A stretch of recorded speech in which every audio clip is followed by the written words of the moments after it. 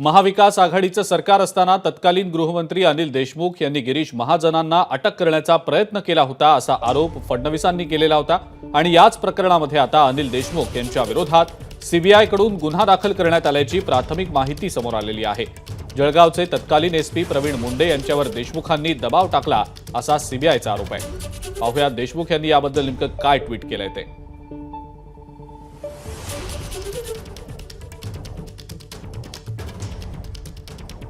आज माझ्यावर सीबीआयकडून आणखी एक तथ्यहीन गुन्हा दाखल केला गेलेला आहे।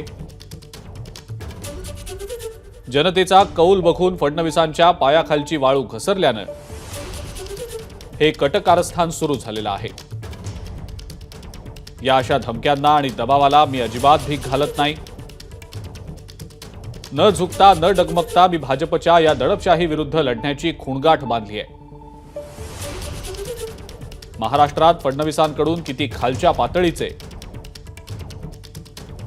आणि विकृत मानसिकतेचं घाणेरडं राजकारण सुरू आहे ते जनतेनं बघावं।